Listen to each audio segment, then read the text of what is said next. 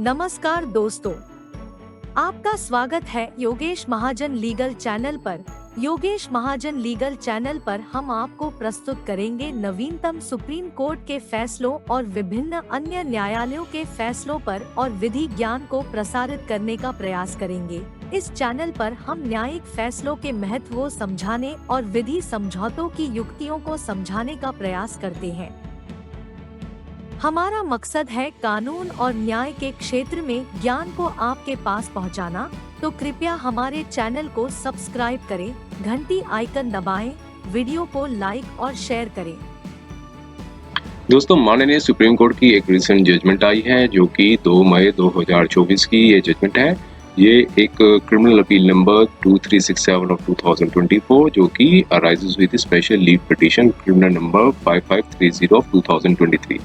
तो इसमें appellants versus state of Uttar Pradesh and others का ये केस है। रिस्पोंडेंट्स हैं जिनको रिस्पोंडेंट्स बनाया गया है।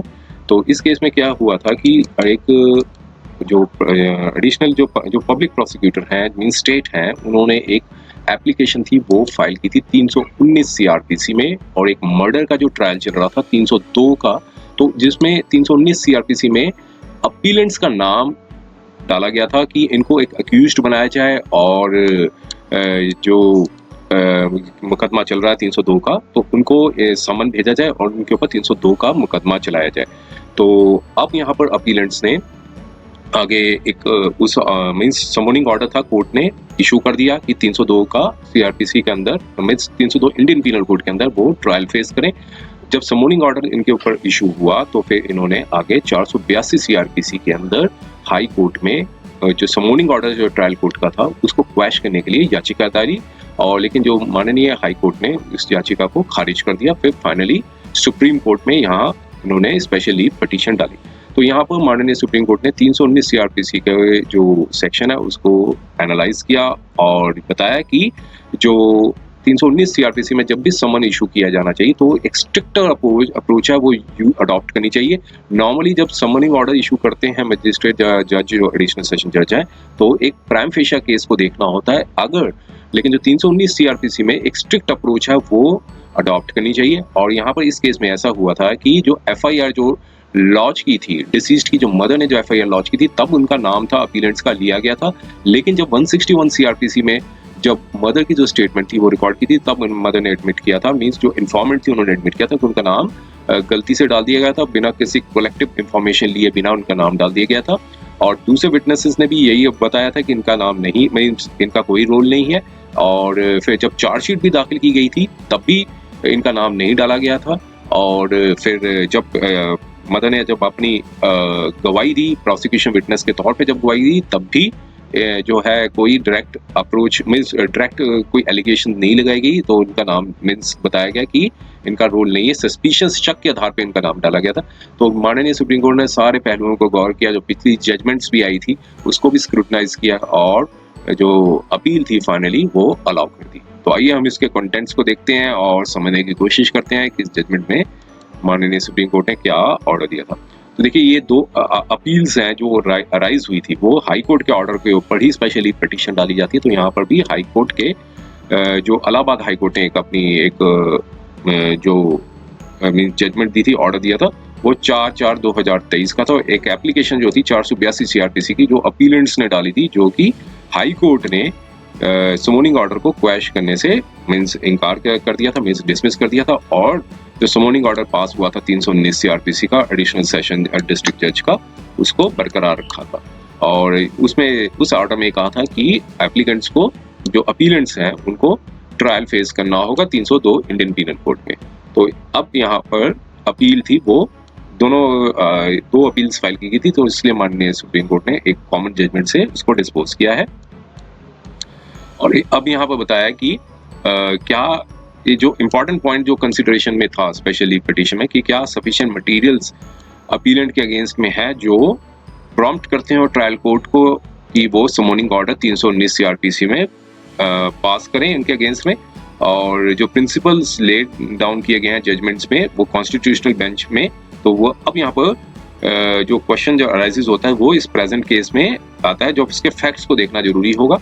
फैक्ट्स क्या थे? 2011 की घटना थी, 10 मई 2011 की जो फर्स्ट इन्फॉर्मेंट हैं, जो कि मदर भी हैं डिसीज्ड की, जिनको प्रोसिक्यूशन विटनेस 1 बनाया गया था, उन्होंने एक एफआईआर लॉन्च की थी एक पुलिस स्टेशन में और उन्होंने इन्फॉर्म किया था कि उनका जो सन है मृत अवस्था में पाया गया ट्यूबवेल के पास एक जो वीट की जो फील्ड है और एक ऑफ ए फेलो विलेजर जो फेलो विलेजर है उनकी वीट की फील्ड में एक ट्यूबवेल है, वहाँ पर मृत अवस्था में पाया गया। उन्होंने फिर अपनी स्टेटमेंट में ये बताया गया कि उनका जो सन का मर्डर था वो प्रेजेंट अपीलेंट्स ने किया था, जिसमें फादर ऑफ अपीलेंट्स भी हैं और 2 अदर्स लोग भी थे, और क्योंकि उनकी एक पुरानी रंजिश थी दोनों फैमिलीज के बीच में। और उसी दिन इन्वेस्टिगेटिंग ऑफिसर ने स्टेटमेंट रिकॉर्ड की PW1 मींस उनसी वुमेन मींस मदर की स्टेटमेंट रिकॉर्ड की 161 CRPC में। तो उन्होंने स्टेटमेंट में कहा कि जो डिसीज्ड है वो क्वालसम मींस ये बताया कि जो डिसीज्ड जो है वो झगड़ालू थे और उनकी हैबिट थी फाइट विद अदर विलेजर्स। तो फिर उसके फिर कुछ क्रिमिनल केसेस भी उसके अगेंस्ट में थे डिसीज्ड के, और पहले भी उन्होंने कई बार फाइट्स की थी विद अपीलेंट्स के पिताजी के साथ भी। और साथ में ये भी कहा कि 8 मई 2011 को जो एक गैंगस्टर है सेम विलेज का, उनका नाम बताया है, वो आए थे बाइक में और डिसीज्ड को कहा था कि वो अकॉम्पनी करें और ताकि वो 8,000 रुपया उनको दे सकें, जो कि उन्होंने प्रोसिक्यूशन विटनेस 1 से लिए थे। और साथ में ये भी बताया कि डिसीज्ड ने कॉम्प्रोमाइज़ भी करवा देंगे, डिसीज को हेल्प भी करेंगे कॉम्प्रोमाइज़ के लिए अक्यूज नंबर 1 से, जो कि फादर हैं अपीलेंट्स के, और अक्यूज नंबर 3 से भी। और इसी वजह से डिसीज जो है मोटरसाइकिल में उसी गैंगस्टर के साथ चलेंगे। और फिर साथ में कहा कि अक्यूज नंबर 1 और 3 जो है कुछ फासले पे थे, कुछ डेवलपमेंट्स को देख रहे थे, और फिर उसके बाद इस कन्विक्शन के साथ ये कहा कि अक्यूज नंबर 1 और 3 ने और उस गैंगस्टर के साथ मिलकर डिसीज्ड को मार दिया। और फिर स्टेटमेंट में बताया कि प्रोसिक्यूशन वर्ड ने ये भी बताया कि अपीलेंट्स जो है वो इन्वॉल्व नहीं थे और इसलिए उनका जो नाम है फर्स्ट इंफॉर्मेशन रिपोर्ट में इनकरेक्टली रिकॉर्ड ले लिया गया है और बिना किसी इंफॉर्मेशन को कलेक्ट किए बिना। और 2 विटनेसेस जो भी थे, दूसरे भी 2 विटनेसेस का नाम बताया, उन्होंने भी 161 CRPC में भी सेम स्टेटमेंट बताई जो प्रोसिक्यूशन विटनेस 1 ने बताई थी। और फिर उसके बाद प्रोसिक्यूशन 1 की जो स्टेटमेंट को रिटायरेट किया, मीन्स वही रिपीट किया। और प्रेजेंट उन्होंने ये बताया कि प्रेजेंट अपीलेंट्स का कोई रोल नहीं था कमीशन ऑफ क्राइम में। अब इन्वेस्टिगेटिंग ऑफिसर ने अपनी इन्वेस्टिगेशन कंप्लीट की और चार्जशीट थी वो फाइल की 22 जून 2011 को, और प्रेजेंट अपीलेंट्स का नाम नहीं डाला था अक्यूज्ड के तौर पे।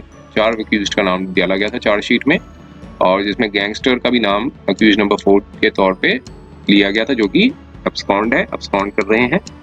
और ये साथ कहा रखा था कि चार्जशीट में कैटेगरी के लिए कहा था कि इन्वेस्टिगेशन के दौरान कंप्लीट करने के बाद ये पाया गया कि जो प्रेजेंट अपीलेंट्स का नाम ना जो फॉल्सली डाला गया था एफआईआर में, मींस जो एफआईआर में लिया गया था। ट्रायल हुआ 20/5/2016 को, प्रोसिक्यूशन विटनेस ने एग्जामिनेशन हुआ और उन्होंने कहा कि उनकी पुरानी रंजिश थी, अक्यूज्ड का नाम बताया गया और 11 साल से चल रही थी, और शक के आधार पे 2 लोगों का नाम बताया गया, उनका नाम लिया गया था एफआईआर में।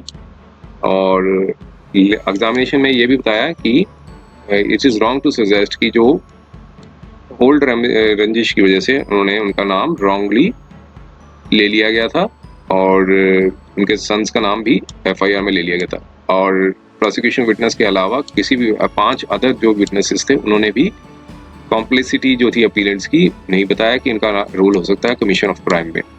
ट्रायल कोर्ट ने अपना एग्जामिनेशन चीफ ख़त्म होने के बाद असिस्टेंट पब्लिक प्रोसिक्यूटर ने 31 जुलाई 2017 को एक एप्लीकेशन थी 319 CRPC में फाइल की और बताया कि अक्यूज्ड को समन दिया जाए, वो ट्रायल को फेस करें। ट्रायल कोर्ट ने 24 अगस्त 2017 को एप्लीकेशन को अलाउ कर दिया, और जो कुछ प्रीवियस डिसीजंस आए थे इस कोर्ट के, और ये पाया कि उसको नोट करते हुए पाया कि अगर एविडेंस जो टेंडर करते समय अगर ट्रायल में ये बताया जाए कि जिनका नाम अक्यूज के तौर पे नहीं डाला गया है और उन्होंने क्राइम पे जो उनका रोल था कमीशन ऑफ क्राइम में, तो उनको समन भेजा जा सकता है ट्रायल के लिए। हाई कोर्ट ने अब अपना जो ट्रायल कोर्ट के ऑर्डर को समनिंग को चैलेंज किया था, तो अपीलेंट ने जो एक 482 CRPC में पटिशन डाली थी, और पटिशन जो है हाई कोर्ट ने खारिज कर दी थी।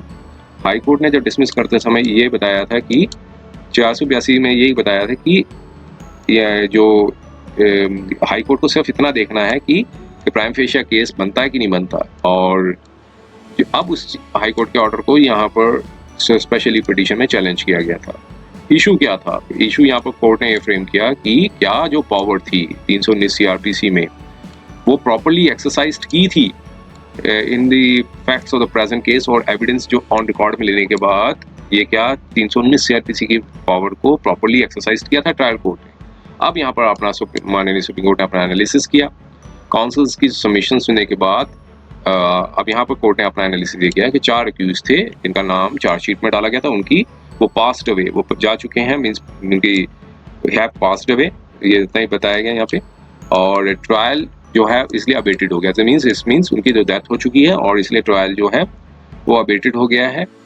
और काउंसिल ऑफ स्टेट ने ये आर्ग्यू किया कि अगर ट्रायल अबेटेड भी हो जाता है और एग्जिस्टिंग अक्यूज्ड को, और कोई इसमें भी कोई बार नहीं है कि अदर जो अक्यूज्ड है, अदर अपीलेंट्स को समन करने के लिए कोई बार नहीं है और वो ट्रायल फ्रेश चलाया जा सकता है। और पोजीशन जो लॉ की जो वेल सेटल्ड है कि, और जिसमें भी अपीलेंट काउंसिल ने जो अपीलेंट के जो काउंसिल ने कोई डिस्प्यूट नहीं किया। अब 319 सीआरपीसी क्या कहता है उसको माननीय कोर्ट ने एनालाइज किया। पावर क्या है? Power to proceed against the other person appearing to be guilty of offence. तो 319 सीआरपीसी क्या कहता है, अगर कोई इंक्वायरी या ट्रायल के दौरान ये पता चलता है कि एविडेंस में कि जिनका नाम अक्यूज के तौर पर नहीं लिया गया है, तो और उनको अक्यूज के तौर पर प्रोसीड कर सकती है अगर उन्होंने कोई क्राइम, अगर ये लगे कि which he appears to have committed a crime, अगर ये कोर्ट को लगे कि उन्होंने क्राइम किया है। और एक कॉन्स्टिट्यूशनल बेंच की जजमेंट आई थी, Hardeep Singh versus state of Punjab 2014 S3 SCC 1992 की ये जजमेंट थी, साइटेशन है 3 SCC 92।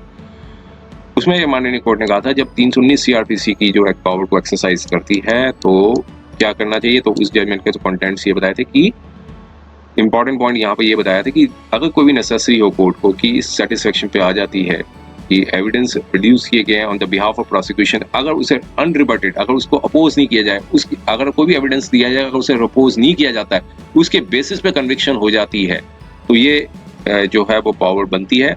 और 319 सीआरपीसी के तहत जो टेस्ट जो है प्राइम फेशिया केस का, वो क्या वो सेम होना चाहिए जो दूसरे केस में लगाया जाता है जब भी कोई समोनिंग ऑर्डर कहता है। यहाँ पर कोर्ट ने बताया था कि डिग्री ऑफ सेटिस्फेक्शन यहाँ पर इज मच स्ट्रिक्टर। तो जनरली कोई समोनिंग ऑर्डर पास किया तो तब सिर्फ इतना देखा जाता है कि प्राइम फेशिया केस बनता है। तो यहाँ पर कहा कि दोनों का सेम नहीं माना जाएगा 319 सीआरपीसी में। यहाँ पर जो टेस्ट है वो जो डिग्री ऑफ सेटिस्फेक्शन जो कोर्ट की एक मच स्ट्रिक्टर होनी चाहिए, मीन्स काफी सख्त होनी चाहिए। स्ट्रिक्टर, मच स्ट्रिक्टर लिखा है, स्ट्रिक्टर भी नहीं मच स्ट्रिक्टर लिखा गया। और पावर 300 सीआरपीसी की वो एक डिस्क्रिशनरी है और एक एक्स्ट्राऑर्डिनरी पावर है, और इसे स्पैरिंगली यूज करना चाहिए, मीन रूटीन तौर पे नहीं यूज करना चाहिए, सिर्फ स्पैरिंगली यूज करना चाहिए। जब भी कोई स्ट्रॉन्ग और कॉजिनेंट एविडेंस आता है पर्सन के अगेंस्ट में और एविडेंस जो कोर्ट के समक्ष रखा गया, अब ऐसे में कोर्ट जो है अपनी एक्सरसाइज कर सकती है, not in casual and cavalier manner, means ऐसे नहीं औपचारिकता के तौर पर नहीं करेगी बल्कि स्पैरिंगली यूज करेगी। तो यहाँ पर एक कोर्ट ने कहा कि ये प्राइम फेशिया केस जो है वो एस्टेब्लिश्ड होना चाहिए एविडेंस से, और सेम एनविल पे टेस्ट नहीं करना चाहिए जो क्रॉस एग्जामिनेशन में। जब एक स्ट्रॉन्ग एविडेंस होना चाहिए, प्रोबेबिलिटी नहीं होनी चाहिए कि किसी ऐसा हो सकता है कि ऐसी चीज हुई हो। जो टेस्ट जो है वो यहाँ पर जो शॉर्ट सेटिस्फेक्शन जो इस कि अगर आती है कि अगर उसे अनरिबर्ट किया जाता है, कि अगर कोई भी एविडेंस दिया गया अगर वह अनरिबर्ट किया जाता है, उसे लगे कि इससे सजा हो सकती है, तब ही 319 सीआरपीसी में करना चाहिए, अदरवाइज इसको स्पैरिंगली यूज करना चाहिए।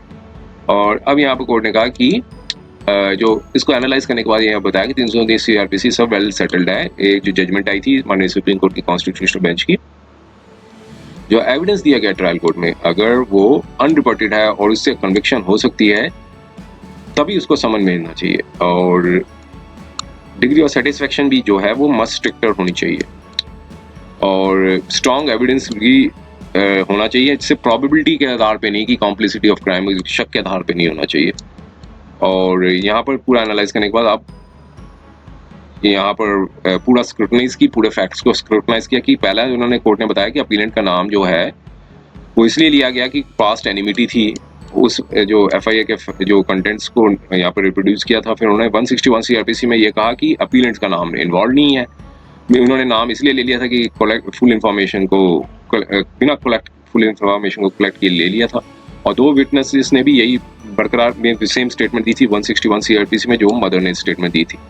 और फिर उसकी जो स्टेटमेंट को यहाँ पर रिप्रोड्यूस किया। और चार्जशीट में भी जो पुलिस ने इन्वेस्टिगेशन कंप्लीट करने के बाद अक्यूज का नाम मेंशन नहीं था एज एन अक्यूज के तौर पे, ये लिखा। फिर अब डिपोजिशन ली थी PW1 ने, तब भी यही बोला कि अपीलेंट्स का जो ये बताया कि सिर्फ शक के आधार पे उन्होंने इनका नाम लिया था। और रेलिवेंट पोर्शन क्या था ट्रायल कोर्ट की डिपोजिशन का, उसका यहाँ पर कोर्ट ने यहाँ पर रिप्रोड्यूस किया।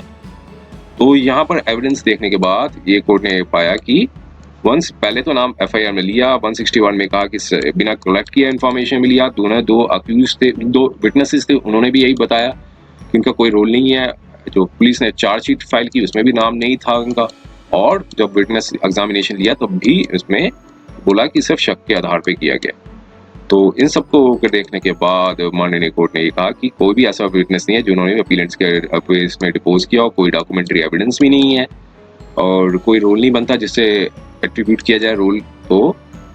और जो कोर्ट ने फिर कहा कि हाई डिग्री ऑफ सेटिस्फेक्शन की आवश्यकता होती है। तो यहाँ पर सारे देखते हुए कि यहाँ कोर्ट ने पाया कि ट्रायल कोर्ट ने सीरियस एरर की थी, जिसमें एप्लीकेशन को अलाउ कर दिया था और 319 में सीआरपीसी में समन्स थे वो इशू कर दिए। तो हाई कोर्ट ने अपनी जो ज्यूरिसडिक्शन को एक्सरसाइज करना चाहिए था और उस ऑर्डर को क्वैश कर देना चाहिए था। हाई कोर्ट ने फेल टू एक्सरसाइज मींस अपनी क्वैश नहीं कर सकी समनिंग ऑर्डर को। तो अब यहाँ पर कोर्ट ने कहा कि हम इंक्लाइंड है टू अलाउ दीज अपील्स, और जो ऑर्डर पास किया गया ट्रायल कोर्ट द्वारा और जजमेंट थी हाई कोर्ट की, उसको सेट असाइड करते हैं, जिन्होंने डिसमिस कर दी थी 482 सीआरपीसी के अंदर पिटीशन को।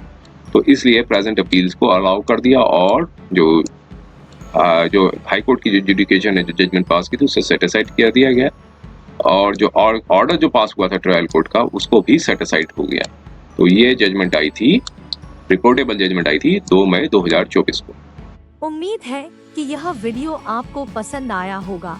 अगर आपने अभी तक हमारे चैनल को सब्सक्राइब नहीं किया है तो कृपया इसे सब्सक्राइब कर ले और बेल आइकन दबाकर नोटिफिकेशन प्राप्त करें, ताकि आप हमारे नए वीडियो से अपडेट रह सकें।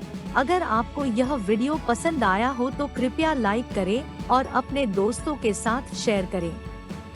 हमारे चैनल पर आपको न्यायिक मुद्दों, कानूनी सलाह और कानूनी अपडेट्स के बारे में नवाचारिक और महत्वपूर्ण जानकारी मिलेगी। हमारे साथ बने रहें, क्योंकि योगेश महाजन लीगल आपके कानूनी सवालों का सहायक है।